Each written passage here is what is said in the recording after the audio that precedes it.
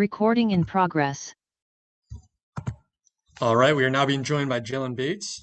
We'll begin with a few questions from our media. Jay, your line is now live. Hey, thanks very much. And Jaylon, welcome back. I mean, now that you are entering your third fight, has the feeling changed at all ahead of the bout? I know you had the amateur run, so maybe that changes things a little, but are there more nerves, less nerves as your career progresses? I would say I get a little more nervous as everything goes. More my record is on the line, of course, so I get a little more nervous, but that just means I care. So I love it. All right, and just give us your thoughts on this matchup with Cody Matthews and how you see this one going. It's going to be a painting, and his face will be the canvas. You know, when you talk about making that sort of work of art, is there anything in particular you want to demonstrate in this fight? Yeah, really my athleticism. I feel like my last two fights, you know, I wrestled a lot, I did a lot of damage, but this fight I want to show my athleticism and my stand-up a lot more. I know he has a knockout, so I'm excited to go out there and see what he has to offer. All right, well, best of luck this Friday. Thank you. All right, Abraham. Hey, Jalen Bates, how you doing? Great. How are you? I'm good. My question for you is, you've been in Bellator for 2 fights already. You're 2-0. How much has your journey changed since you started fighting for Bellator, and how much have you learned, not just about fighting, but about yourself? I've learned that actually before I actually started fighting in Bellator that I wasn't taking this sport as serious as I could. And I feel like that's been the biggest change with me, is that I'm taking it a lot more serious than I thought I already was. And I've seen a progression in my game elevate. Nothing's changed though with me personally. Like, I'm still me. I just go in and do my thing and win. All right. Thank you for your time. Stephen. Hey, Jalen, it says you're fighting out of Las Vegas, but your affiliation is American Top Team Portland on your bio. Where are you training out of these days? Yeah, so I'm actually in between Vegas and Oregon, but I do train at American Top Team Portland. That is my home gym. I do have boxing trainers, and I do train in Vegas at times. So I don't know why it says I'm fighting out of Vegas, but I am from the fight capital of the world, so that's probably why. The reason why I was asking is because that gym has been shut down for quite a while because of the pandemic and the restrictions. So I was just wondering if you'd had to sort of make any adjustments to how you prepare for fights. Yeah, no. The gym's actually been closed to professionals who actually had bouts coming up. So the training for me hasn't stopped. We've been just preparing and staying ready. Gotcha. Thank you. Jeff, go ahead. Jeff Brantley from the Man in the Cage podcast. Jalen, your first 2 pro fights have been in front of no fans. How does it feel this time out that you get to go put on a show for the fans this time at Bellator 261? The beast is going to roar. That's all I know. Awesome. Thank you. Santiago. Hi, Jalen. Greetings from Amsterdam, and thank you for the time. You just fought last April and you scored a beautiful submission win. Now the promotion is bringing you back again 2 months later for another fight. Can you feel it as well, Jalen, that Bellator is giving you a lot of great opportunities to showcase your skills so that you can grow yourself into the bantamweight rankings? Absolutely. That's why I'm so thankful and blessed to be here. I've said that for my first interview. I'm just blessed, extremely blessed. So extremely thankful and just move with an attitude of gratitude every day. Scott Coker has hinted that a bantamweight Grand Prix could be next for Bellator. Is $1 million Grand Prix in this very deep division something that would excite you, Jalen? $1 million doesn't excite me because I'm looking for more than millions, but that's cool. We'll start there. Good luck on fight night, sir. Thank you. Mason. Hey, Jaylon, this is Mason from the Sports Sesh podcast. How are you, man? Doing good. That's great to hear. As we know, your last fight ended via a finish in the second round. Can fans expect a similar result come Friday night? Yeah, you can expect me to just go toe to toe with Corey, or whatever his name is, and we're gonna stand there and we're gonna see what he has to offer, and I'm gonna give him everything I got and see if we can handle it. And what do you expect to be next for you after this fight? I want any of these five, Duma, Caswell, Will Smith, Kimball, any of these Bellator guys. Let me eat them. Thank you.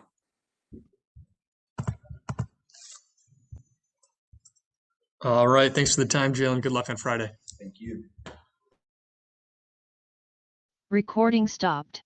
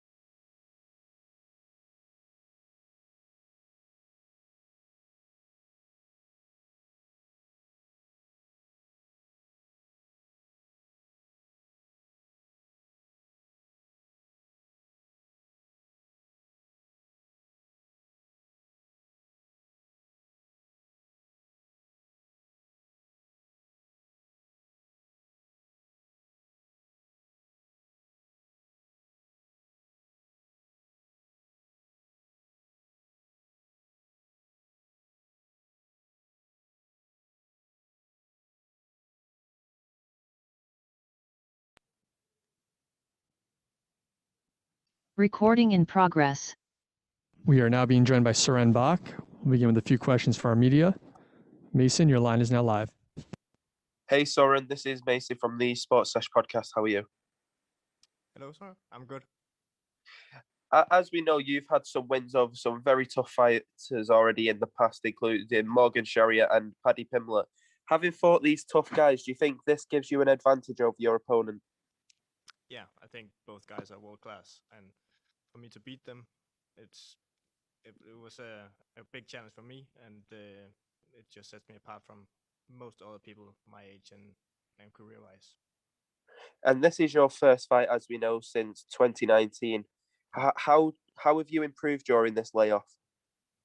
So it kind of fit perfectly because I went into my last fight with a knee injury, which kind of deprived me of really showcasing what I can do. So Corona hit and everybody couldn't train, but I was rehabilitating my knee, so yeah, it couldn't have been more perfectly fit for my schedule. So since then we've been retraining, rehabilitating the knee, and yeah, from there just peaked on everything. Dylan. Hey there, Soren. Appreciate you making some time. No worries. I'm just curious because obviously you have accolades at both featherweight and also lightweight, this one being at 155 pounds here. Are you looking at isolating your focus to this division for the foreseeable future, or would you like to concurrently compete at both featherweight and lightweight? So I'm looking to make my mark here at 155 pounds. That's the weight class I've been most of my career, and I really only took one off in 145 pounds to prove a point, really, in Cage Warriors, to do what McGregor did, to take both championships. So it's definitely not the ideal weight class for me, although I'm not opposed to it in somewhere in the future. Awesome. Thanks for the time, man. No worries.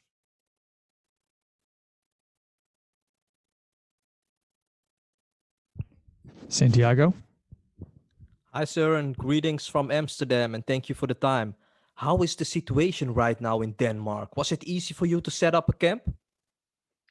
So I wouldn't say it was easy, not as easy as it usually is for me. I have to say that, but we did quite well, I believe. Like even though restrictions in Denmark are hard, and that has been an issue since Corona hit, pro athletes have been exempted from those strict restrictions on training. So we had a pretty good team put together, and spent a lot of time and prepared for this fight. Danish MMA is excelling at the moment. There is Nicolas Dalby and Marco Madsen in another promotion. And here in Bellator, you have Mats Burnell and, of course, yourself. With the world slowly opening back up, do you think a Bellator event in Denmark is something that's going to happen at some point in the future? That's my goal. I will tell you that much. So I'm going to bring Bellator back home to Denmark. Good luck on fight night, sir. Thank you. All right, Søren. Thank you very much for the time and good luck on Friday. Thank you, sir. Recording stopped.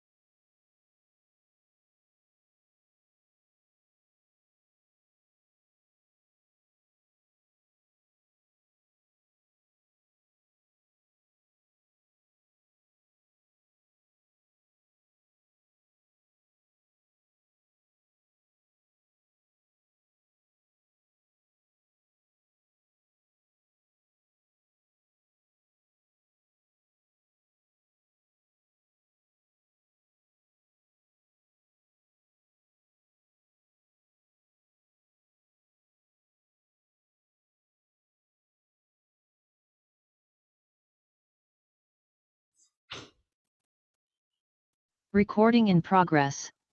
All right, we are now being joined by Simon Biyong. Once again, we'll begin with a few questions from our media. Santiago, your line is now live.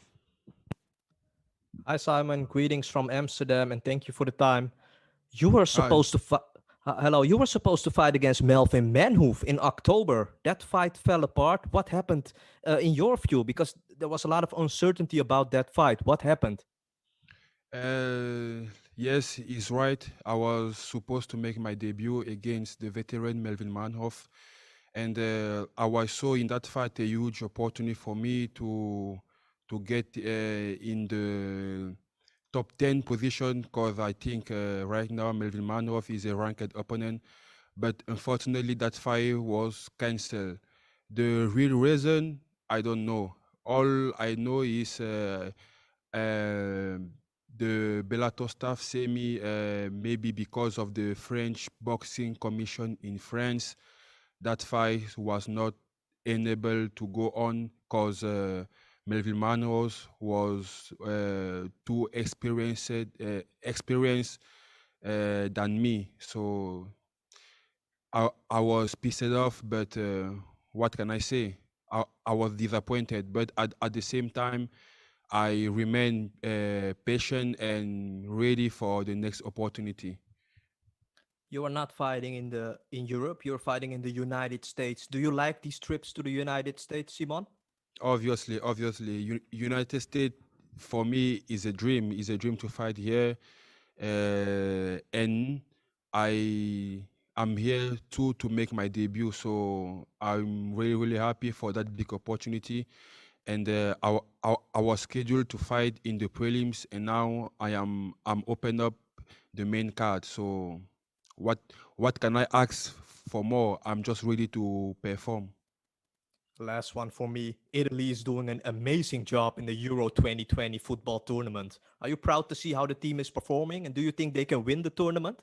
In reality, football is not a big interest for me, because I'm a former basketball player, so I'm more in interest about basketball, and I like and basketball and art. So if Italy can win, that's good. But right now, I'm so more focused about my debut. Jay, go ahead. Thanks very much. And Simone, congratulations on finally getting to make your Bellator debut. I'm just Thank you. curious, how do you approach preparing for Christian Edwards? Because you both had different opponents originally, and you haven't had a lot of time. Yes, so I don't know, like like the question is prepare for Christian Edward. I don't think I had so much time to prepare to fight Christian Edward, but it doesn't matter, because at the end of the day, it's a fight. It's two persons, two humans, two athletes who meet each other in the cage, and the better athlete will get the win. So I think also for him is a short notice. For me, is a short notice, but we have to show up, and I'm ready to show up. I'm more than ready. And when we hear about Edwards as this unbeaten prospect, a training partner of John Jones, kind of the next big thing, is that added motivation for you to make a statement in this fight? Yes, for me, at the end of the day, it's just a fight. I don't see in Christian Edward John Jones not gonna fight for him, and at the end of the day, if just promotion, if just hype, it's gonna be me and him in the cage, and no John Jones, no coach. So if it's really that big name, so I can wait. But I'm here to test myself first. I'm here to test myself. I'm here to test my skill. I'm here to put myself in the position where I can have a ranked opponent for my second Bellator fight. So, and Christian Edward is in my way, and I cannot allow anybody to get in my way. Mason? Hi, Simon. This is Mason from the Sports Sesh podcast. How are you? Yeah. What are your thoughts on Christian Edwards as an opponent? What excuse me? What do you think of Christian Edwards? He's a good opponent. Christian Edwards is a good opponent, have good striking. He looks good in his last fight. He is undefeated. But for me, it's not the first time I take a O for a fighter. So if I'm ready to face him, I think regardless of his last opponent, I'm the real challenge for him. I'm the first challenge. So I hope he's ready because I'm ready. All right, we'll take one or two more here. Dylan. Hey there, Simon. Appreciate you making some time. Thank you. I'm just curious because earlier you were talking about your passion for art, and I'm seeing that painting is something you enjoy doing there. I'm kind of wondering when you're out there in the Bellator cage, like, do you look at it as like an extension of that? Like, how much do you look at it as like creative minded artistic expression? Obviously, for me, martial art is expression of body. Body is an art of peace, and you just have to think how our body is built. Like we are like no other species in that planet looks like us. So we are special humans. We are special animal, and I think art is just like that. You have to show what you have inside your body, inside your heart, and martial art and art have that same way. You have to be patient if you want a good result. If you want to be near of perfection, the first thing to learn is to be patient. So I'm gonna be patient. I'm gonna pick my shot and I'm gonna get that finish. Thanks a lot for the insights, man. Much appreciated. Thank you. Last one, Ronald. This is Ronald E. Smith from Getting Real. My only question for you, Simon, is just talk about during last year you had a fight, but then it got canceled, and you had to wait a whole year just to get another one. So during that time, was it frustrated for you trying to stay training and motivated while there's nothing going on at the time? Like during the pandemic, I was always training. Me and my coach, we have a garage, and all day, 24/7, we were training in order to get the big opportunity. And right now, I think destiny put myself in that position where I have a fighter with a lot of hype, and I intend to take advantage of that. And the huge part was also to get my visa to the United States. Because of the COVID restriction, it was difficult to get that visa. But with the help of the Bellator staff, and we finally managed to get things done, and I'm thankful for that. All right. Thanks, Simon. Appreciate the time and good luck on Friday. Thank you, host. Recording stopped.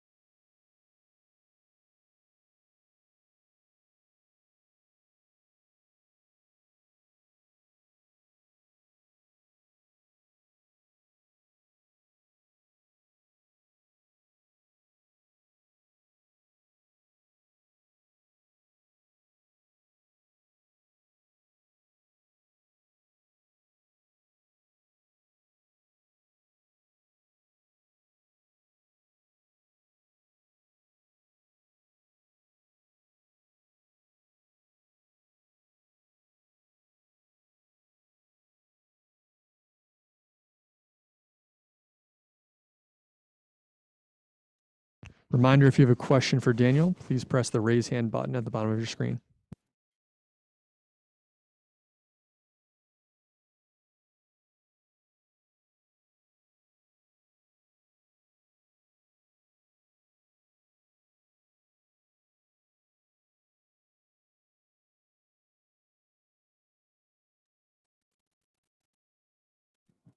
Recording in progress.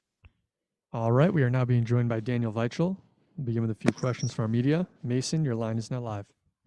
Hey Daniel, this is Mason from the Sports Sesh podcast. How are you? Hey, I'm doing good. Thanks you. That's great to hear. What are your thoughts on your opponent overall? I think he's a tough, hungry fighter, and yeah, looking forward to that fight and give him his first loss. And as we know, this is going to be your 53rd professional MMA bout. Do you think your experience is going to be the biggest factor in this fight?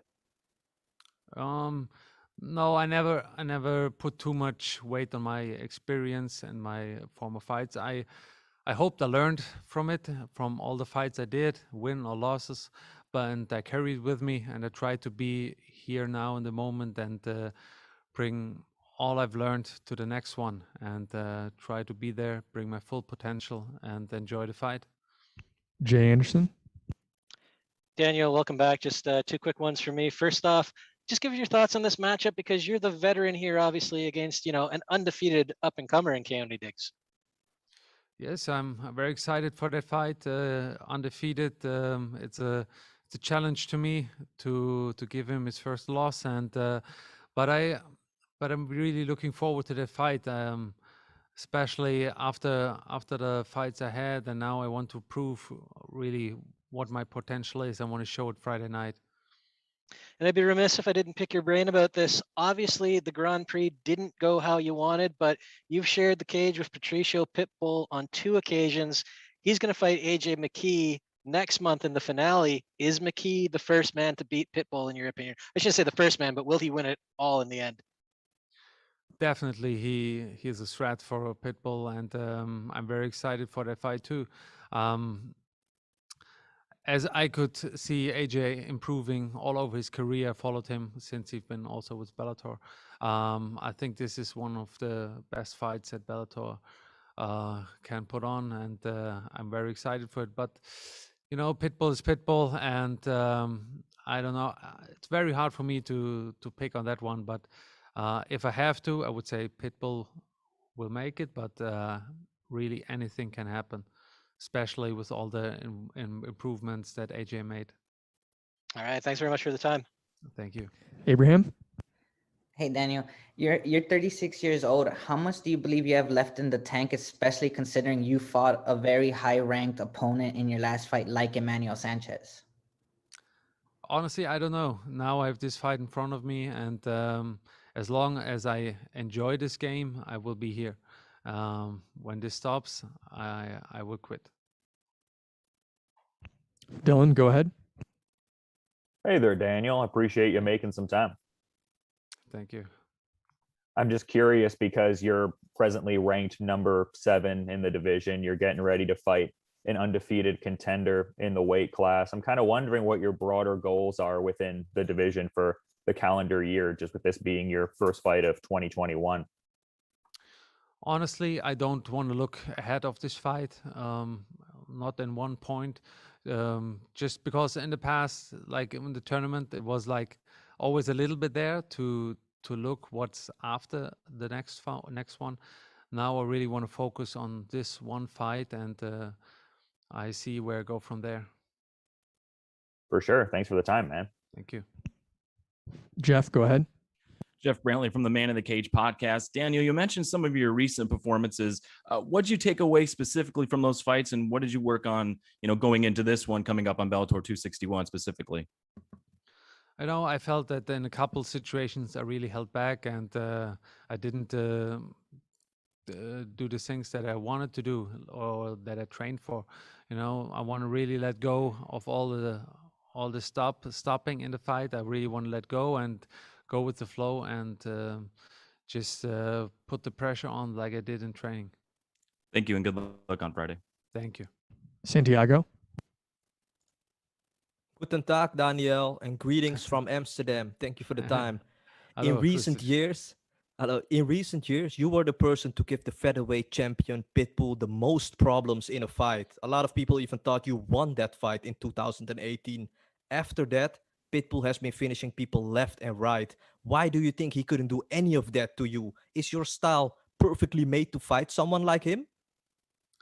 I think I was very well prepared for that fight, and also, like I said, I was very close to finish him. But it is what it is. He's a champion, and he won that fight fair and square. So, but I really think we prepared perfectly for that fight, and it was just an inch that was missing. And I still feel that I can beat him with the right mindset. It's just a thing that played a little role in my mind, what kept me from winning this fight. MMA is growing every day in Deutschland. You have fought all over Europe for Bellator, Daniel, but not yet in Germany. How much would it mean to you if you could bring Bellator back to your own country? Man, this would mean the world to me. I really waiting for very long to fight back in Germany, because I always loved the German crowd, and I know there's many people in Germany loving the sport of MMA, and it would be amazing to have Bellator there. I'm really looking forward to have Bellator one day in Germany, hopefully in my city, Frankfurt. Good luck on fight night, sir. Thank you, appreciate it. All right, last one here, Ronald. This is Ronald E. Smith. My question is just preparing for what have you done to prepare for this upcoming fight? Did you have to do anything different in the gym? We were lucky that also through the COVID restrictions, the professional fighters, were able to train. So I'm very happy to have that privilege, especially with my team and gym, MMA Spirit. We're able as professionals to train. So basically, we could keep training going the way we usually train. And as far as preparation goes, we trainer analyzed my opponent, and we did all this stuff and tried to listen a lot to my body, and came here without injuries, perfectly prepared, and happy and looking forward to Friday night. All right, thanks for the time, Daniel. Good luck Friday. Thank you. Appreciate it. Recording stopped.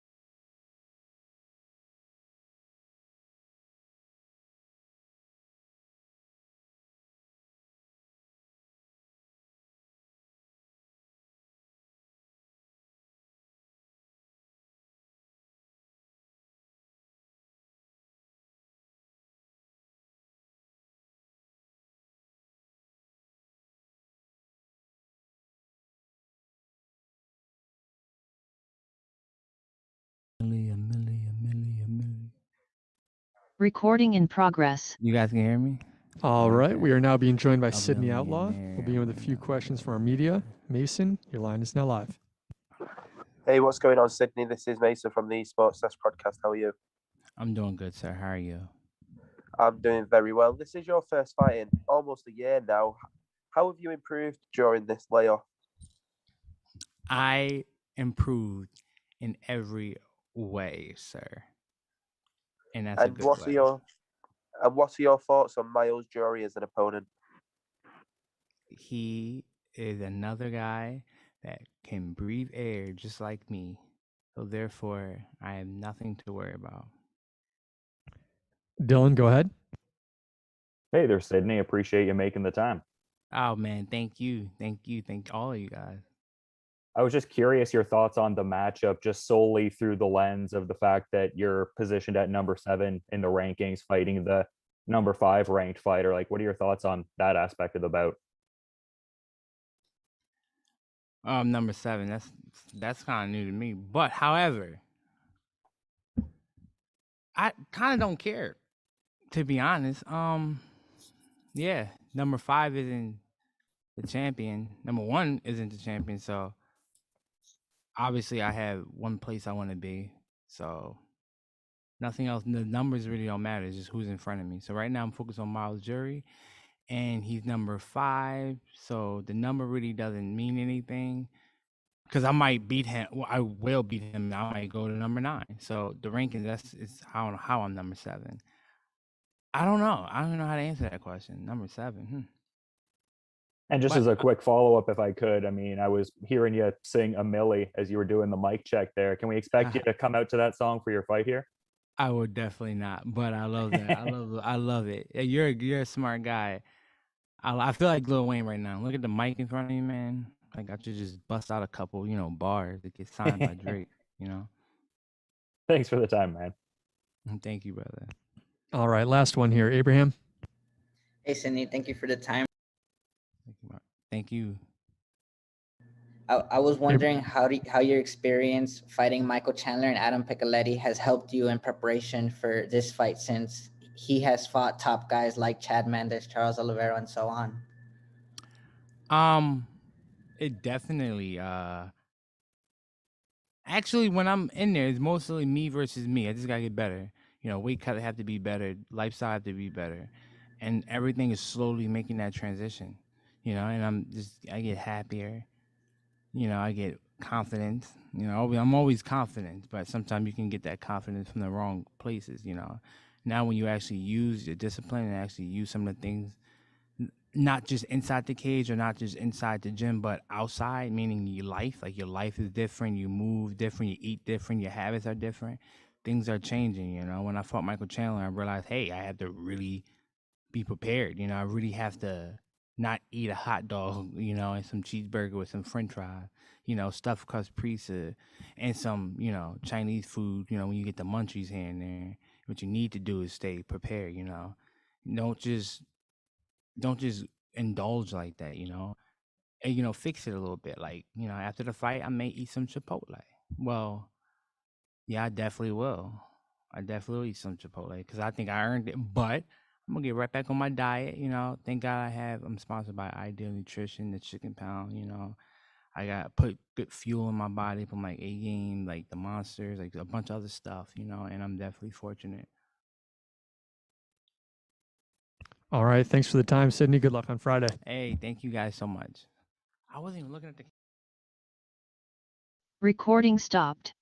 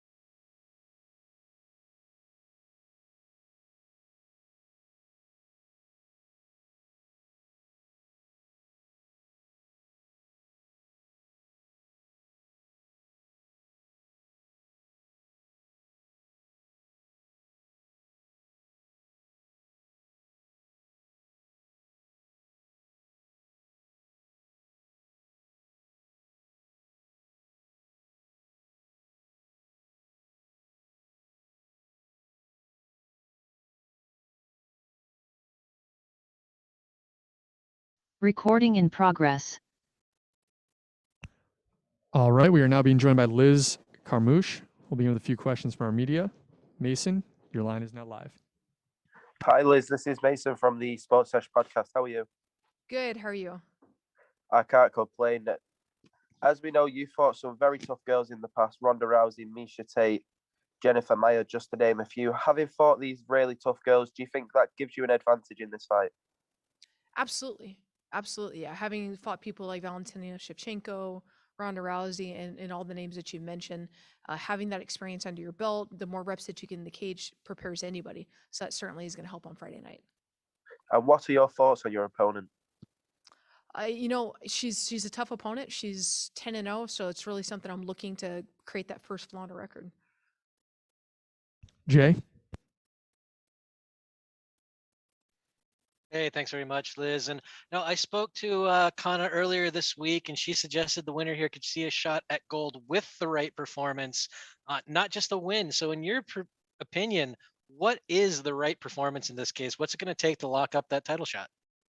A strong finish. Even if we put on a dominant performance and it went to decision, that I don't think that's something either of us want. At least I know for myself, it's not the case. I want to finish her. I want to make that flaw in her record something that she remembers for her life. So whether it's that I'm cutting her open, or I'm ground pounding her out, and she's tapping, or I'm submitting her, it needs to be a strong finish. And this journey that you've been on in MMA, that I guess you could say you started in 2010 with your pro debut. It's been over 10 years now of active competition. There's been some twists and some turns. Can that journey ever be finished in a satisfying way, in your opinion, if you don't win gold in a major promotion? Not at all.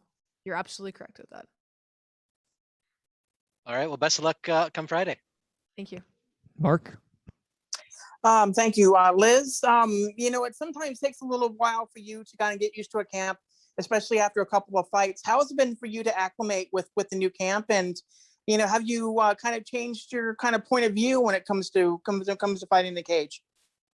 Yeah, you're absolutely correct. When you're fighting in a new camp, trying to learn the terminology with your new coaches, trying to learn the different training programs, everything, it takes a little bit of adjustment. And I certainly felt like I finally hit that groove and I really understand my coaches. We have good communication, a good rapport, and understanding of how we do everything. And that's something that I'm really enjoying now because I feel like it's helping me reach this new level and it's going to work and transfer really well into this fight. And how exciting is it to be able to fight in front of fans again? It's really exciting to feel that energy again and just know that you'll hear those people when you're walking out. When I'm in the cage, I'm not really that person that hears them one way or the other, but it's the walk out and the exit that you really can feel the energy of the people. Thanks, Liz. Best of luck. Thank you. Maria? Hi, Liz. Maria with Throwing Bows Podcast. How you doing today? Good. How are you? I'm well. So, you've been down this road before, just taking on whoever gets put in front of you. But, obviously every situation is a little bit different. And coming up in this fight and going up against an undefeated fighter, do you ever just feel like, here I go again, like having to teach this person, welcome them to what it feels like to have that adversity? So like, what's your mindset going into these types of situations? My mindset really for this one is for me to just go on and put a dominant performance. I'm not really trying to concentrate on her and think about everything that she's able to do or not do, or really just make that name like, okay, here we go again. They're putting another undefeated fighter and I'm the person that has to change something about that. It's really about me just going out there and breaking her will and just showing my dominance in this division and why I deserve to be the next title holder. And with that, talking about the title shot, as you already mentioned, clearly you want to put on a dominant performance. If it goes to the cards or something like that, like you can certainly understand if the shot doesn't come. But if that does end up being the case, what's next? I'm at the beck and call of Bellator, even like taking a short notice fight like this. I said when I came into this organization that I wanted to start from the ground up and I wanted to earn my way through the ranks. And right now, even if with the win over Kana, that doesn't necessarily put me in title contention. There's still somebody ranked above me. So that means I need one more fight before that. I totally understand. If this fight earns me straight into title contention, even better. Awesome. Best of luck. Thank you. All right, Dylan. Hey there, Liz. I appreciate you making some time. Hey, no problem. I was just curious because the name Ronda Rousey was mentioned earlier at the beginning of the scrum, and just, working with Justin Flores, her longtime judo coach, as you're, readying to fight somebody who was an Olympic qualifier in judo and is a decorated player in their own regard. Like, do you feel like the tools are, I guess, sharpened in the most ideal way for this kind of opponent? Yeah, absolutely. I working with Justin Flores is really about my own growth. I didn't know that I was going to be facing Kana, and I in no way had that set in stone or anything like that. It was just me wanting to step out and to grow better as a fighter. And I had an opportunity to work with Justin. He was wonderful, and it just happened to translate so well that the things I learned with him, I can apply to use in this fight. And just as a quick follow-up out of curiosity, because I'd seen an article where you were crediting the military for the career longevity, and just with, Timothy Johnson also being a military veteran as well and having that pass, I'm kind of wondering, have you gotten to have any interaction or talk about those mutual experiences at all, or not so much? No, unfortunately, because of COVID, I haven't really had any interaction with any of the other fighters. I usually do feel like there are moments in the past where we would have an opportunity to get to know each other, see our associations, our backgrounds, whether it's military or otherwise. But because of COVID, we can't interact with each other. We have to stay in a room separately. So I haven't been able to touch base in any of my fights with any other fighters. All right, we'll take a few more here. Jeff? Jeff Brantley from the Man in the Cage podcast. Liz, you talked about needing that or wanting that strong finish here to get that title shot by the end of the year. How do you foresee that happening? Do you have a prediction here? Do you think there's any part of your game, without giving too much away, obviously, that you can exploit her game in this fight? Yeah, without giving too much away, I see a lot of possibilities here. And I know I say that a lot, but I really do. I think that there's just some limitations that she has in her game that she's really good at being able to implement. And in my shutting those down, it opens up more of my game to finish her in multiple different avenues. Thanks and good luck on Friday. Thank you. Hey, how's it going, Liz? This is MMA Locker Room, part of Pub Sports Radio. You're one of the pioneers in this women's MMA field. How does it feel now to actually get the proper deserve and respect that all the women are getting now with the, blossoming of Clarissa Shields, Kayla Harrison, Chris Cyborg, and the list goes on, and yourself on that list as well? Yeah, it's great. And I think that that's being done because of organizations like Bellator. Is they're starting to prioritize women. They're starting to see the people that have these strong skill sets. And instead of just exploiting them for the storyline that they have, they want to focus on our actual skills.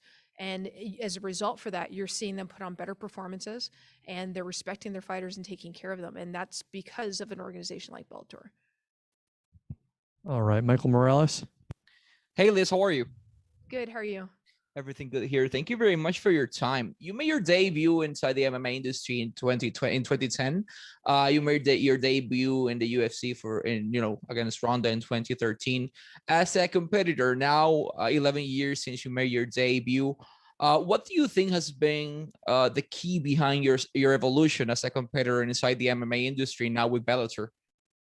It's my hunger for growth. I don't believe in stagnation, and I think that part of that comes from my military experience and always wanting to evolve and be better. And I've applied that discipline and those lessons into my fight career, and I'm constantly striving to be better. I always tell people that there are kids now that can start training at 4 years old. So by the time they go pro at 18, they've been doing it for 14 years. That's longer than I've been doing it. So if I sit still for any moment and I rest and I think that I'm ahead of everybody else, there's a child that's going to be able to beat me up, and I'm not going to allow that. So I work every day to make sure that when I look back, it's like, okay, my 5-year-old, when he's 18, he could beat me up one day. We could be on the mats, and I'm not going to let that happen. I have to be better so I can keep my kid away from me. Awesome. Thank you very much, and wishing you success on Friday. Thank you. Santiago. Hi, Liz. Greetings from Amsterdam, and thank you for the time.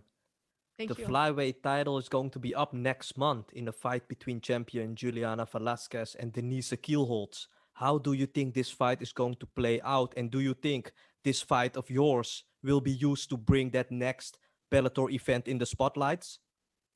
I think it will absolutely help bring that next event into the spotlight. And I think that's going to be a great pair up in July for this title. And there are just so many strong strengths in both of those women. And they have so many accolades coming into this. It's really hard to pinpoint who's it going to be.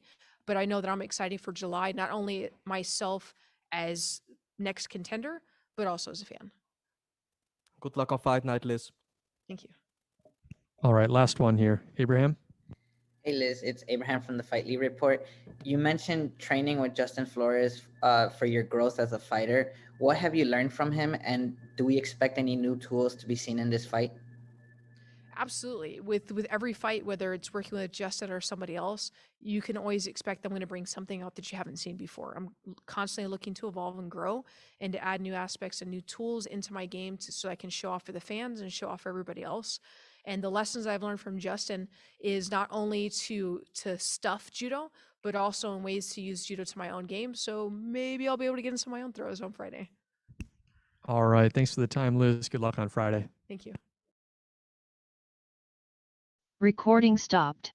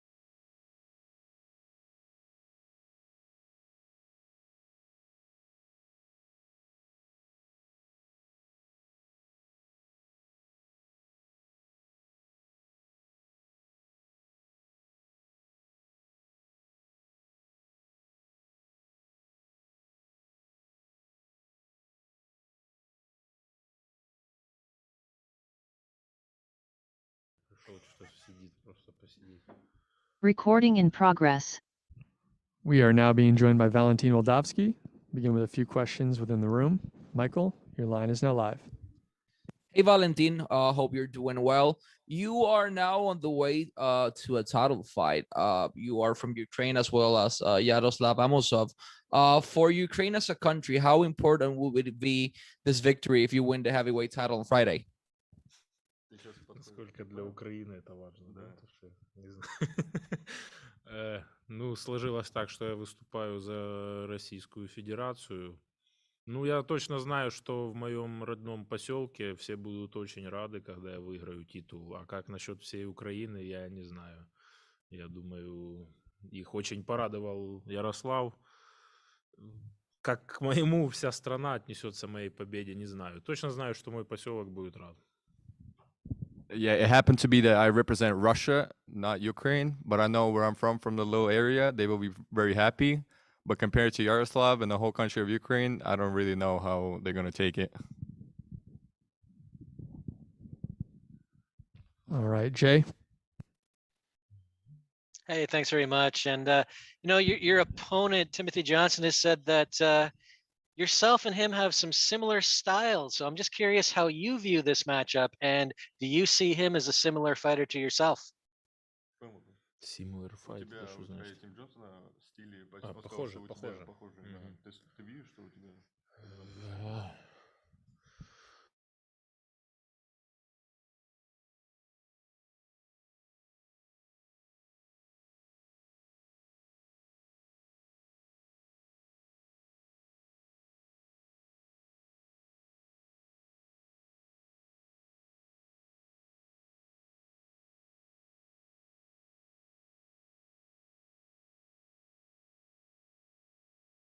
Ну и в стойке у нас работа точно очень сильно отличается.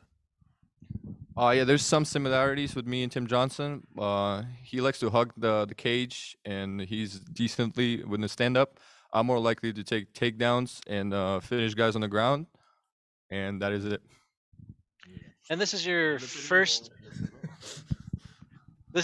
main event in Bellator, as well as a title fight. So is the feeling any different this week heading into the fight? Я понял, это есть ощущение другое, да, типа от того, что это. Ну, я понимаю, конечно, что теперь больше ответственности, я выхожу на новый уровень, это, конечно, радует. Ну, теперь осталось самое главное — выиграть этот бой. А так, в целом, ощущения, как и перед предыдущими боями, просто, ну, понятно, что ответственность немного больше, чем до этого. Yeah, I understand there's more responsibility now since it's a title fight, but I'm feeling the same as before every fight. I'm calm and I'm ready to go. All right. Best of luck this Friday. All right, Thank you. Maria. Hi, Valentin. Maria with the Throwing Bows podcast. For a lot of fighters that have the opportunity to fight for an interim title, obviously that's a big honor, but many of them don't feel like the real champion until they're able to unify the belts. If you win the interim title, does that feel like any less of a victory? Do you feel like any less of a champion until you have an opportunity to unify the belts? Ну, в целом, да, ну переведи. Но они сказали, типа, бойцы, кто выигрывает вот этот интерим, они не чувствуют полными бойцами, пока не... Полноценными чемпионами, пока не заполнят все титул. два этих. Еще я должен ответить, я не пойму. Ну, Как ты себя чувствуешь? Ты будешь чувствовать себя как полноценный боец, если ты... Как полноценный чемпион. Как полноценный чемпион, если ты заберешь этот интерим. Скажи, я нормально себя буду чувствовать. Не люблю такие вопросы. Нормально себя буду чувствовать, как боец. Такой бред. Yeah, I'm gonna feel fine as a fighter. I don't really like that question, so I'm not gonna answer it. Fair enough. All right, Abraham. Hey, it's Abraham from the Fightly Report. You come from Fedor's fight team. How important has Fedor and the Nemkov brothers been for your career? Ты выходишь с команды Федора, и что для тебя значит тренироваться с Немковыми и вопросы. Это большая честь тренироваться в этой команде. It is a very big honor to represent the team and train with those guys. Thank you. And last one, Jeff. Jeff Brantley from the Man in the Cage podcast. Valentin, Timothy Johnson, he has a collegiate wrestling background. How do you feel your Sambo matches up with him in this fight? У Тимоти Джонсон в колледже большой рестлинг бэкграунд. Да, и как с борьбой типа будешь? Да, самбо на таком вот. Я думаю, в борьбе он не будет лучше меня. В бою, конечно, посмотрим. Ну, думаю, моя борьба точно не хуже, чем его борьба. I think his wrestling is not better than mine, but we'll see in a fight. And I think my sambo is better than his wrestling. All right. Thank you both, and good luck on Friday. Thank you. Recording stopped.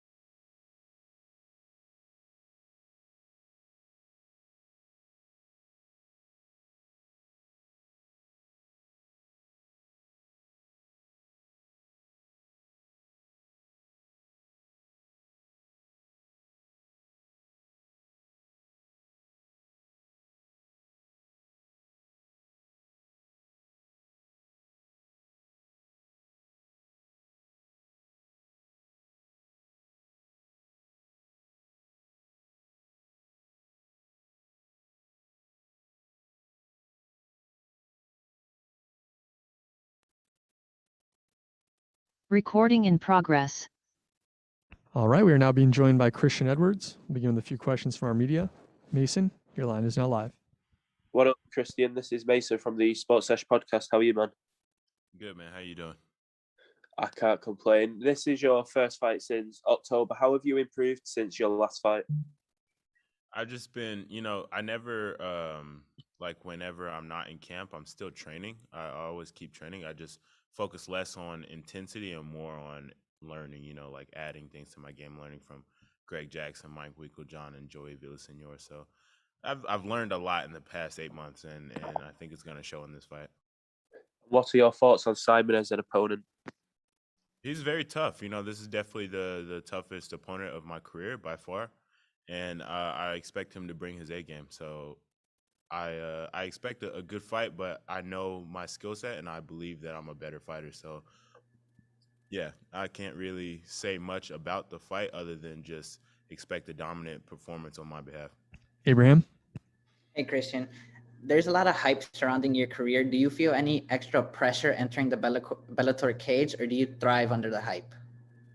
Yeah, I always thrive off of it. There's never any pressure because, this is what we signed up to do. We know what we do as fighters. I know that there's a lot of eyes on me, and that really just drives and motivates me to perform better. All right. Thank you for your time. Yeah, thank you. Suki? Hey, Christian, Suki from Suki MMA here. I actually wanted to ask you a little about your camp.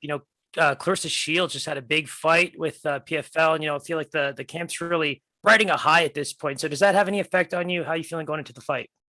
Yeah, absolutely. She did amazing. You know what I mean? Just had no quit that whole fight, and that's the mindset going into every fight. And seeing like someone else with that same mentality, just like no quit, like no surrender. That's awesome. And Clarissa, she's done it all as far as boxing goes. So the fact that she still feels like she has something to improve and comes over to a whole nother sport and does well, is amazing. It's inspiring, really. Great answer. Looking forward to the fight. Thank you. Michael? Hey, Christian, how are you?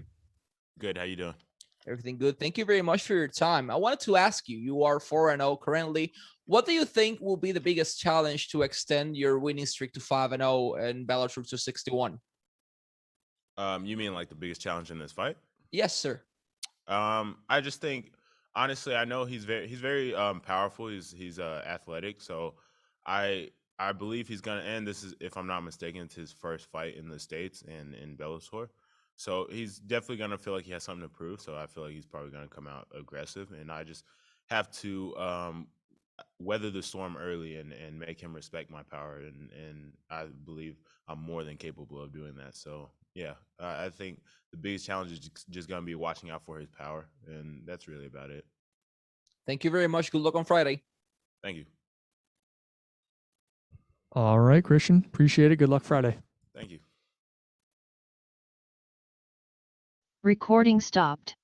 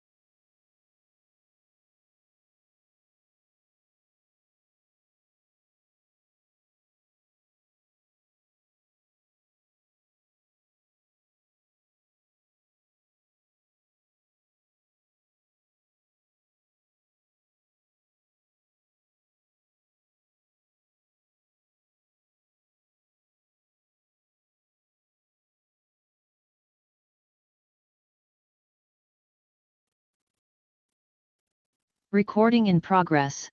All right, we are now being joined by Keoni Diggs. We'll begin with a few questions from our media. Dylan, your line is now live. Hey there, Keoni. Appreciate you making some time. Hey, what's up, Dylan? How's it going, my man? Well, I'm doing well. Appreciate you asking. I'm just curious as to how you're feeling heading into this one, though. I mean, you're facing somebody who's, fought for the championship before, is a ranked contender in the division. Like, what are your thoughts on those facets of this matchup here?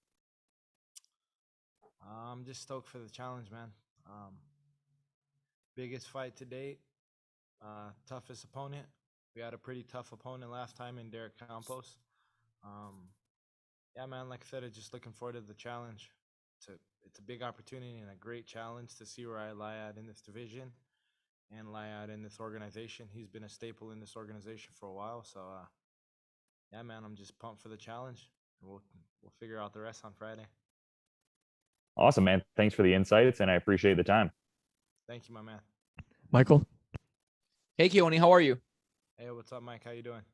Everything good here. Thank you very much for your time. You're currently facing one of the most experienced guy in the whole division. He's been active for over 19 years. What's your game plan for this one, and how important would it be for you as a performer, as a fighter, to win this fight on Friday? Game plan wise, kind of just how I take every fight. Just take what you give me, and we go from there. I definitely know what I'm good at, and I think honestly, I think I'm just better than him everywhere. Just like going back to the Campos fight. I mean, nothing against Weichel, nothing against Dan at all. I've got a ton of respect for him. Like you said, he's a 19-year veteran, 52 fights, man. He's a legit legend. But hey, man, I'm in it to win it. And that being said, yeah, I'm just out there trying to prove myself. And like I said, just looking forward to the challenge. Not really thinking about wins or losses, more just on the whole process of it and doing the correct things and having a great performance. Not really the outcome I'm looking at, just having a great performance. Thank you very much. Good luck on Friday. Thank you, my man. Jay Anderson? Thanks very much. And Keoni, when Dylan kicked off the scrum earlier, he mentioned the rankings. And I'm just curious, how much weight do you give the rankings? Because they haven't been around too long. Some fighters seem to like them, some question them. Where do you sit on that? To be honest, I mean, it is kind of cool if you see a number next to your name, but at the end of the day, it really doesn't matter at all to me. I just want big fights. I want to win fights. He's a legit opponent. Like I said, 52 fight vet. I just like the challenges, but yeah, they really don't have any.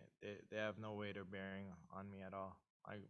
He could not have a number next to his name, and I'd still be in the same mental space that I am now. And when you talk about your undefeated record, I mean, when we spoke to Daniel earlier, he said that's a little bit of motivation to hand you that first loss. Is it better for you to not even think about that and just let the chips fall where they may? I never do, brother. I'm 0-0 come Friday. Fair enough, man. Best of luck on Friday. Thank you. Maria? Hey, Keoni, Marie with the Throwing Blows podcast. How you doing today? Hey, how's it going, Maria? How you doing? Good, good. Thank you so much for asking. So, you just mentioned that in these situations, you look at it as you're 0-0 going in, which is probably a great attitude to have. But coming up against such a veteran fighter, and, obviously you've been in the game for a minute. Everyone knows that those veteran fighters tend to have little veteran tricks up their sleeves. Is there anything about his experience that concerns you? To be honest, no. I trained with Max Holloway. I've trained with Benson for years. These are all my teammates, and I don't think he's got something that some mystical powers or something because he's got more fights. I've been around for a while, and I train with some pretty good guys, and just alone with that, they instill a lot of confidence in me and have probably a lot more belief in myself than I do within myself. But with that being it, I don't really see anything that's gonna surprise me. Just gotta be laser sharp focus, and everything should work out fine. Thank you. Thank you, Maria. Santiago? Hi, Keoni. Greetings from Amsterdam, and thank you for the time. You were on the Hey, you're on the home team, guys. Amsterdam. I know that's close to his home. I don't know. No, I'm just It's joking. special here. You should come over. So, Keoni, you were on the Bellator Hawaii card in 2019. That Yes, was a sir. massive event with a very stacked card. How special was it for you to fight in Hawaii, and how much would it mean to you if Bellator would go back again there in the future? I'm pretty sure they're gonna go back. It's always great fighting at home. All my family gets to go. All my friends, all my teammates. You know what I mean? I love fighting in the Blaisdell Arena. That's where I had my all the way back to my amateur days. I remember the first time fighting in the Blaisdell Arena. That's the biggest stage that we have in Hawaii, so it means everything to fight there. I'd love to fight there, and I could almost say it's a certainty that they're gonna go back soon as COVID restrictions kind of, and we're coming out of this pandemic. I'm pretty sure we're gonna be back there soon. So hopefully, maybe in December. Who knows? But I'm praying for it and wishing for it, and yeah, man. Featherweight is the deepest division in all of Bellator. You missed out the chance to be in the Grand Prix, but that Grand Prix is almost finished now. Do you see a lot of great fights for yourself going forward? Yeah, definitely. Either here or at lightweight. I'm not done with lightweight either.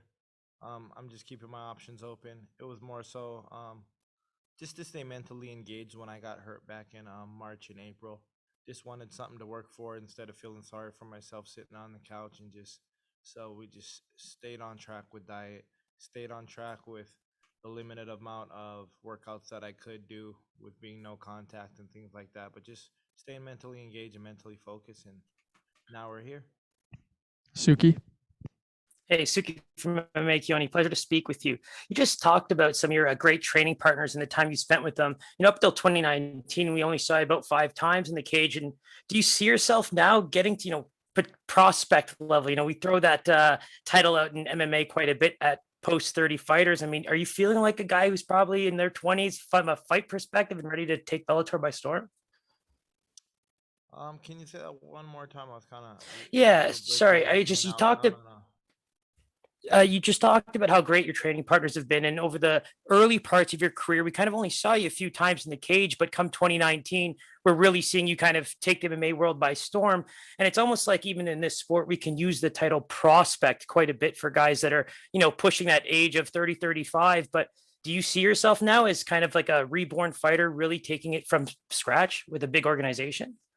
Yeah, man, I got into this sport late. I think I made my pro debut at 28. So, like you said, fights were far few in between. Especially when I first got started, especially when we're on the local scene. It was kind of hard getting booked, being from a good gym that I was at out at the MMA lab in Arizona at the time. But at 34 years old, man, I feel like I'm in the best shape of my life. I I really can't explain it. I mean, I guess general knowledge will tell you I'm supposed to be losing a step, but I'm only feeling better and I'm only looking better. So, hey man, I'm just here for a good time, not a long time. Abraham. Hey, Keoni, it's Abraham from the Fightly Report. I was wondering, you've mentioned in the past how you embrace fighting with all the ups and downs, just like you do in life. How is this mindset developed, and would you have any advice for any other up and coming fighters that are still young? Yeah, just like I had an interview with Rob DeMello back home on KHON too. Um, it's a marathon. It's not a sprint, man. It's all about the journey. Because when you get to look back at it all, just it's a great. It's not about, like I said, it's not about the destination. It's all about the journey, man. So with that and that being said, within fights, in life, anything, it's it's all about that. If you just focus on the process and do the best you can in the process and not be so fixated on the destination or the finality of whatever it may be that you're reaching for, just enjoy the process and enjoy these moments because you're never getting them back either. People are so worried about what's going to happen at the end. Am I going to get this promotion? Am I going to get this job? Am I going to win this fight? Just worry about the process and being the best you can be in whatever you do. And that's the advice I got for anybody. That's what I try to stick to, and that's my code. Last one, Jeff. Jeff Brantley from the Man in the Cage podcast. To follow up on that question a little bit, obviously you've talked about, persevering through some things in your career outside the cage. Do you think that gives you a mental edge over some opponents that may have more experience than you, such as even Daniel in this fight? I can't really speak for other people's mentalities or anything like that or any edges, but I just know what I've been through and I survived, and I know um, a lot of guys would have folded if they had went through what I went through in my life, all the way from when I was young to now. It's a lot of people would have folded. A lot of people would have probably chose something different. A lot of people would have chose not to work at a Panera Bread for 2 years and still train. A lot of people would have chose not to have negative account balances. A lot of people would have chose not to every single month having a low balance in their checks or not making rent. I don't know, man. I came out the mud with this, so I can't really speak for everybody else, but I know I put my heart and soul into this, man, and I'm just enjoying the journey now. All right. Thanks a lot, Keoni. Good luck on Friday. Recording stopped.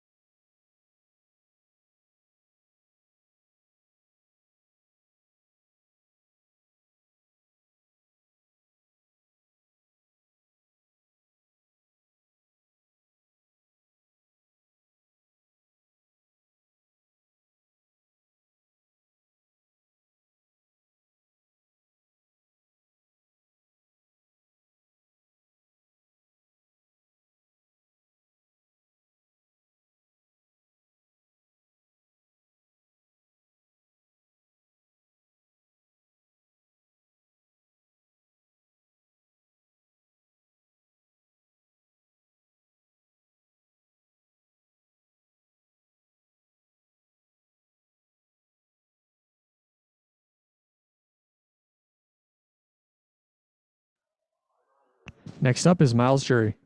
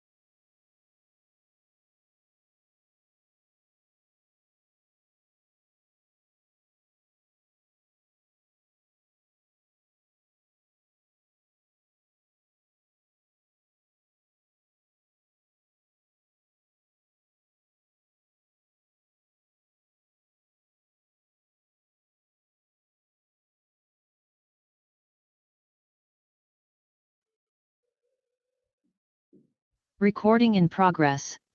We are now being joined by Myles Jury. We'll begin with a few questions from our media. Dylan, your line is now live. Hey there, Myles. Appreciate you making some time. What's up, Dylan? Oh, just chilling. I was curious about your training preparations, though, because I'd seen that picture a few weeks ago of you getting in work with Brendan Loughnane. I'm kind of wondering who some of the main people you were getting in work with ahead of this one were. Yeah, man. Yeah, training was really good. I'm healthy, coming in well prepared. I mixed it up, man. I was training a little bit with Brendan. I had obviously Jeremy Stevens, Staple being there every day. Training with Mike Perez, who's black belt under Galvao from Atos. I went over to Atos a little bit. Trained with Dean Lister. So, and then obviously my alliance crew. So yeah, man, training's good. I cannot complain. And I was noticing September 30th is Myles Jury Day in Hazel Park, Michigan. Are you making plans for the Myles Jury Day for this one, or a little too soon for that, perhaps? Yeah, that's a trip, even when people still say that. Like, yeah, man, Myles Jury Day, September 30th. How cool is that? I think I'll be back in town and looking forward to it. Awesome. Thanks for the insights, man. Yeah, for sure, man. Jay, go ahead. Thanks very much. And Myles, thanks for the time. Really appreciate it. One thing Sidney told us a few days ago, actually, is that he wishes this was a main event fight because of the reputation that the two of you carry. Is that a sentiment that you share? It's definitely a perspective to look at it. I mean, I think, yeah, you could definitely make a case that this could be a main event. Both guys, what we bring to the table. I mean, my credibility alone, and I feel like when you match up resumes, who's people fought, names all across the board in Bellator. I mean, definitely I have a bigger resume than a lot of these guys. So yeah, I mean, it could definitely be a main event type of fight. And when you talk about that resume, if you do get the win here, that's 3 straight over some quality competition. So where does that leave you, in your opinion? And are you at all frustrated by the lack of movement atop the division with Pitbull tied up in the Grand Prix? Man, I try and focus on stuff that I can control in this game. And believe it or not, there's really there's just a small portion that I can control. I don't know what Scott wants to do, what Bellator wants to do, Pitbull, all these other guys. So I'm just focused on what's in front of me. I feel like I want to go out there, have a good performance. I'm coming in prepared to do that. And if all the stars align after this fight and I can get a title shot, that will be a beautiful thing. Jamie?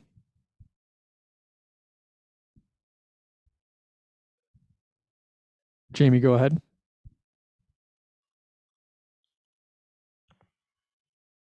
Jamie. Michael? Hey, Myles, thank you very much for your time. You spent almost 7 years working for the UFC. You've been 2 years working for Bellator. This will be your 4th fight with them. Organization-wise, what do you think are the main differences between UFC and Bellator, and what's your favorite part of working for Bellator as an organization? they're both just different companies, man. I mean, UFC it's a big company. I would say it's probably more corporate type of feel. I mean, that's the best way of saying it. Bellator is more of, I'd say, like a mom and pops.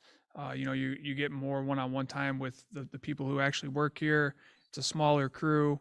And yeah, man, it's been cool working with Bellator. Coming over here, I knew I wanted to compete with some of the greatest fighters around. They have that. I wanted a company that got behind me. They've been doing that, giving me main event, co-main event slots, Showtime, being on Paramount, just giving me main card slots. And yeah, I'm excited and blessed to be a part of this company. Thank you very much for your time and good luck on Friday. Thank you. Jeff?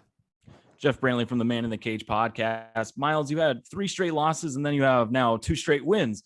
Did something click for you, or was it small adjustments? What would you credit for that? I would just credit me continue to show up to practice, show up to the gym, continue getting out there and competing, man.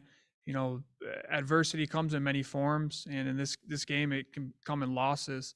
So I just continued chipping away, getting better, staying true to myself, what I wanted, and showing up and putting that work in. And here I am, 2-fight winning streak. Thanks and good luck on Friday. Thank you. Last one, Ronald. This is Ron E. Smith. Myles, I also know about you is that you're also very, very proud about being also financially secured outside the fight game. That's something that not a lot of fighters are really able to work well with. When did it click with you to be able to find a way to find the stability while also still balancing your fight game? Yeah, I think that's a great question, man. For myself, I came up as a fighter. I have no inheritance. I have no college degree. I have nobody paying my bills. So I spent a good portion of my late teens, early 20s living on couches, stretching $20.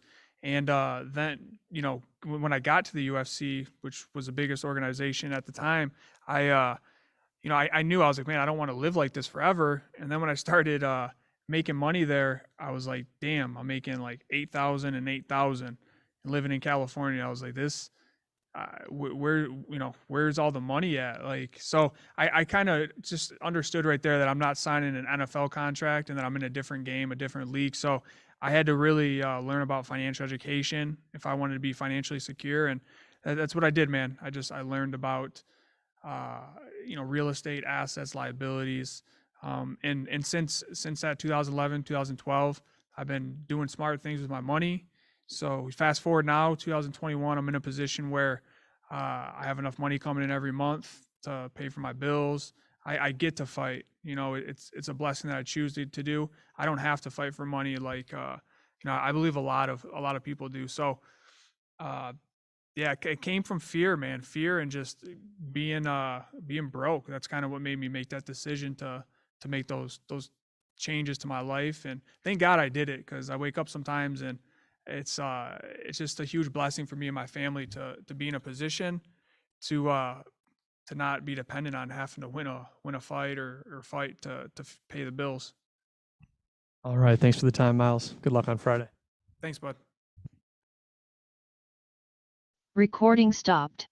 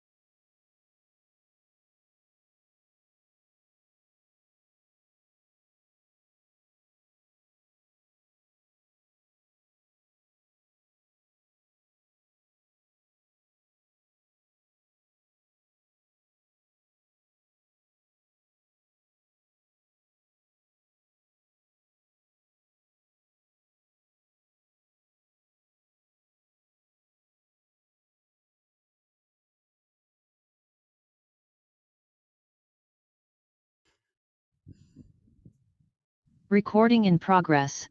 We are now being joined by Kana Watanabe. We'll begin with a few questions from our media. Mark, your line is now live. Thank you. Kana, I know your past couple of fight camps have been in Japan and you've been traveling here to the United States. How has the travel been affecting you, especially with your last fight? And is it getting easier with this fight? .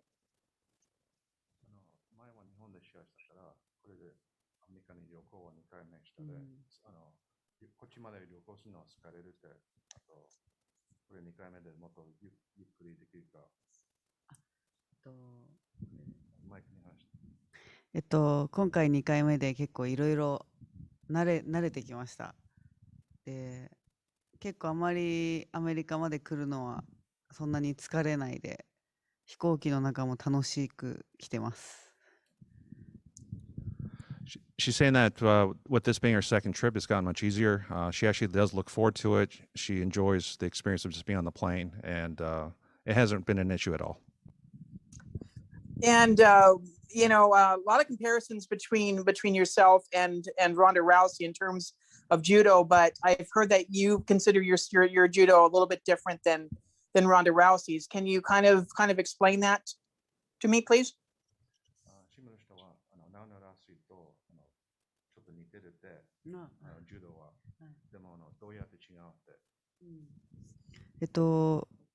ロンダ・ラウジー選手に似てるって言われるのはすごく嬉しい。Very happy。でも、柔道スタイルが全然違うので、その技とか、寝技もそうですし、グラウンドもそうだし、投げ技とか柔道のスタイルが全然違うので、違います。She says that she's very flattered by the comparison to Ronda Rousey, but just fundamentally from everything from ground game to throwing to all techniques, it's very much different in terms of her judo than Ronda. Suki? Hey, Kana, the question I did have for you, I was actually just looking at your record, and it was pretty phenomenal to see that you've had such a good experience in MMA. But in this specific fight, we heard that Liz Carmouche say she saw plenty of holes in your game that she can try and exploit. I just want to get your thoughts on that, and also if you feel the same way about her game. Liz さんが前の渡辺さんの試合を見て弱いところあるで見つけたと言ったの。だから逆にリズさんの弱いところある見たかありますかって。そうですね、弱いところ、穴はないとは思うんですけど、私の方が強いところはたくさんあると思ってます。She says that she doesn't really see any holes in her game and that she is very confident in her skill sets and her strengths to help her get to a win with this match. Jeff? Jeff Brantley from the Man in the Cage podcast. You're sitting in the top 5 of the rankings right now. With a win on Friday, do you want to fight for the title by the end of the year? Do you think a win on Friday gets you that title shot? 今は上の方にいるからランキングで勝ったら多分チャンピオンショーで試合すると思う。そうですね、勝っていい内容で、勝てればチャンピオンシップに挑戦できると思ってます。She thinks that if she has a positive showing this Friday, that she should be deserving of an opportunity. Thank you. Santiago? Hi, Kana. Greetings from Amsterdam, and thank you for the time. Your last fight against Alejandra Lara ended in a split decision win. Were you surprised that the fight was scored that close? Because you had some very strong rounds in that fight, am I right?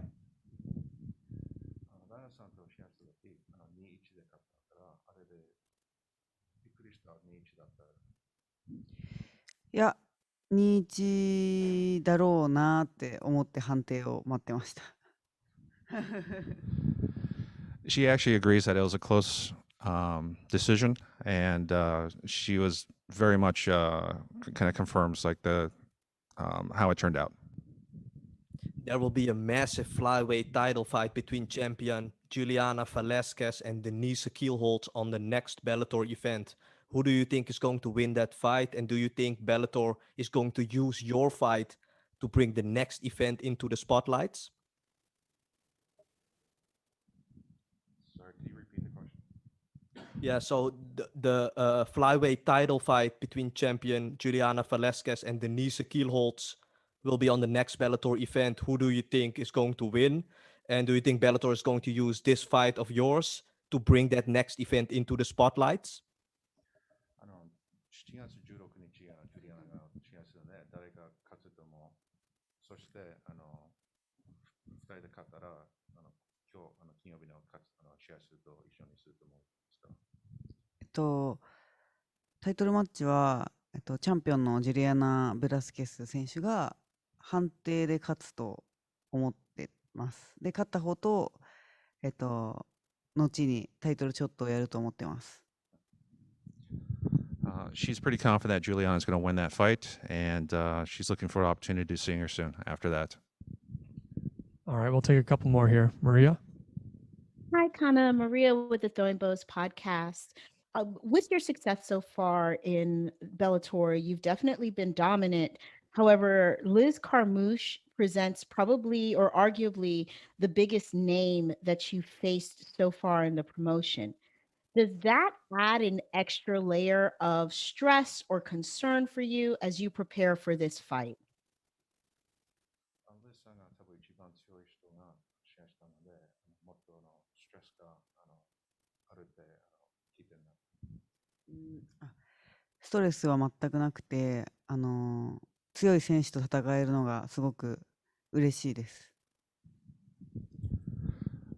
She's not really too stressed about this fight, but she's very grateful for the opportunity to fight someone of the caliber of Liz for this upcoming fight on this Friday. Awesome. And the last question for me, obviously fighters with undefeated records, really value those records. For you, will securing a win this weekend be more important to maintain your undefeated record, or do you feel as though it is more important to put on a phenomenal performance, win or lose, in order to be in title contention?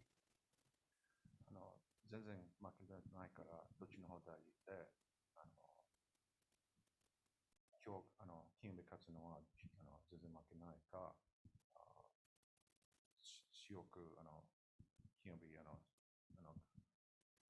うまくする方、どっちの方が大事で。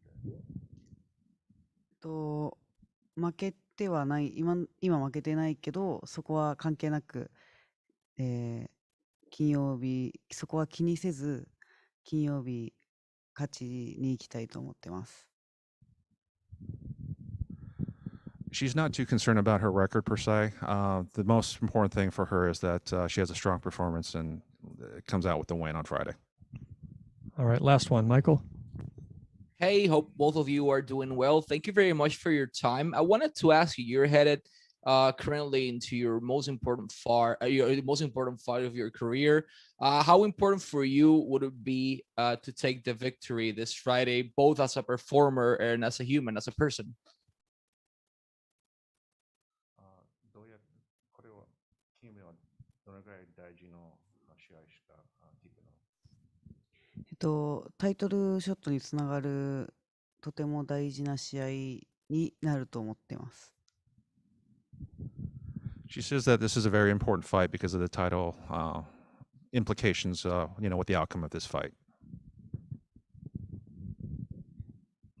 And we have actually one more question here from Gongo Matsuyama. Go ahead. Hi, konnichiwa. How do you feel about your match becoming a co-main event? co-mainイベントになったことについてどのように感じていますか？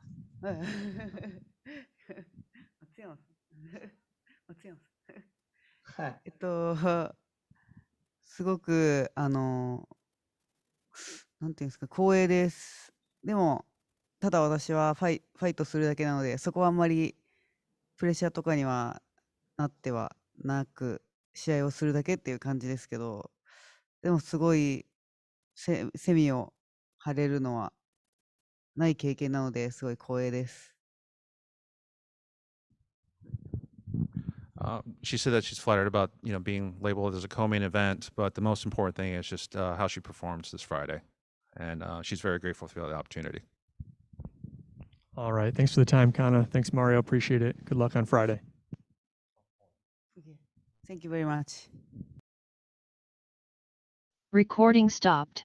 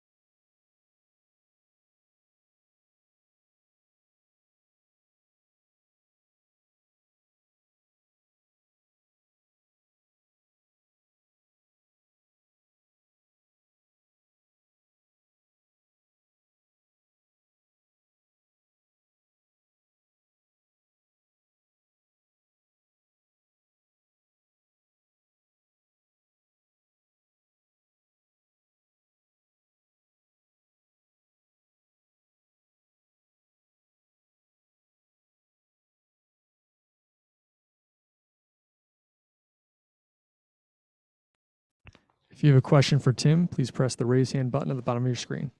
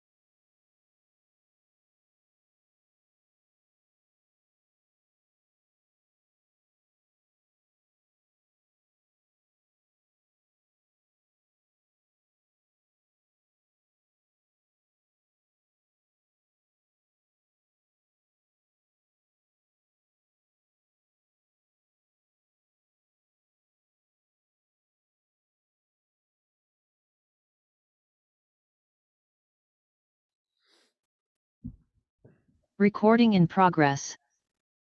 We are now being joined by Tim Johnson. We have a few questions from the media. Jay, your line is now live. Hey, thanks very much. And Tim, I know you've credited the move to Extreme Couture for the turnaround that you've had, but is there anything in particular that you worked on that has been really key for those recent successes? No, I don't think so. I think the main thing is just working with the practice partners I have out there. Is you can't get away with anything. They keep you honest, and if you have bad habits, you're gonna have a bad day. So it just took, you can't get rid of bad habits overnight. So it just took some time, and bad habits that turn into normal habits. Not maybe good habits, but they weren't bad anymore. And it's obviously taken you to a title fight here this weekend. Is there any frustration, though, on your part that it's an interim title and that Bellator allowed Bader to jump into that light heavyweight Grand Prix, even though he no longer holds the title there? No, I don't know about frustration. I'm counting this as a title. Everyone else can put interim in front of it. Moldovsky is a championship level fighter. This is a championship level fight, and I think both of us are thinking this is a title fight. All right. Well, best of luck in it come Friday. All right. Thank you. Maria? Hi, Tim. Maria with Throwing Bows Podcast. How are you today? I'm doing good. Awesome.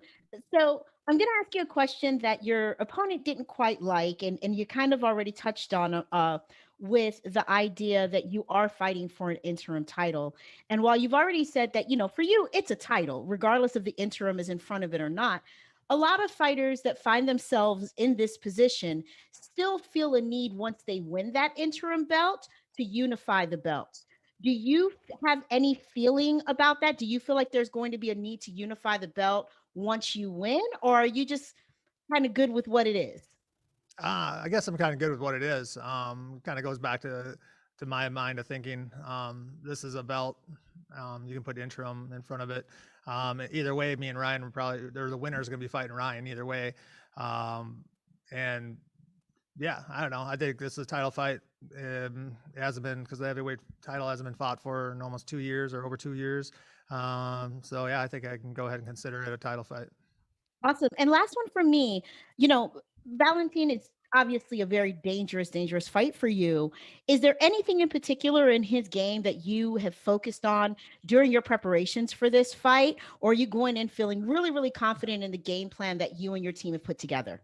Yeah, I focus on his whole game plan a lot because it's the same game plan I have. He fights the same way I do. It doesn't matter who can do it better. Mills? Hey, how's it going, Tim? This is MMA Locker Room, part of Pub Sports Radio.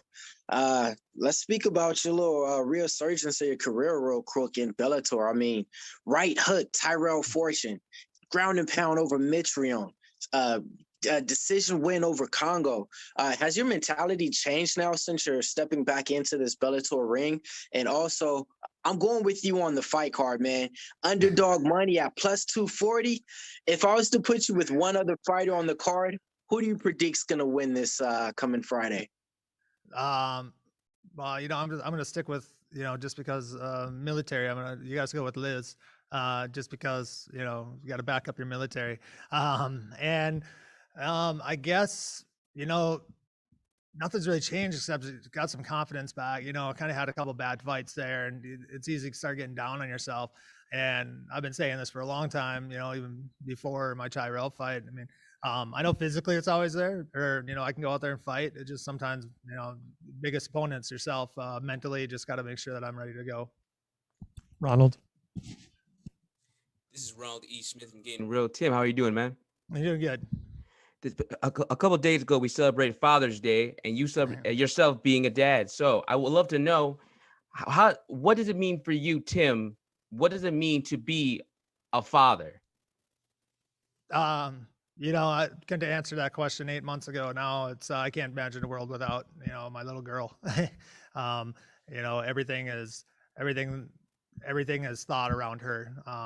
And maybe that has something to do with my resurgence in fighting as well. It used to be I just went out there and fought for myself. Now I'm fighting for her and our family. Providing a better life. And what has this training camp been to you so far? Have you had to change anything up for it? Yeah, I had to change a lot of diapers. But no, it's been a up and down.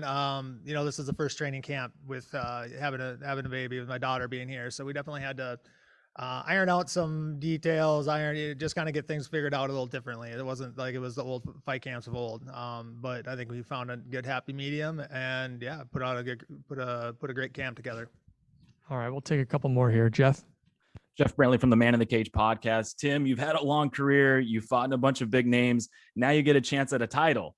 How does it feel to get that title shot now at this point of your career, and just reflect on your journey a little bit to this point? It feels great. On top of everything else, sometimes MMA can be a little political.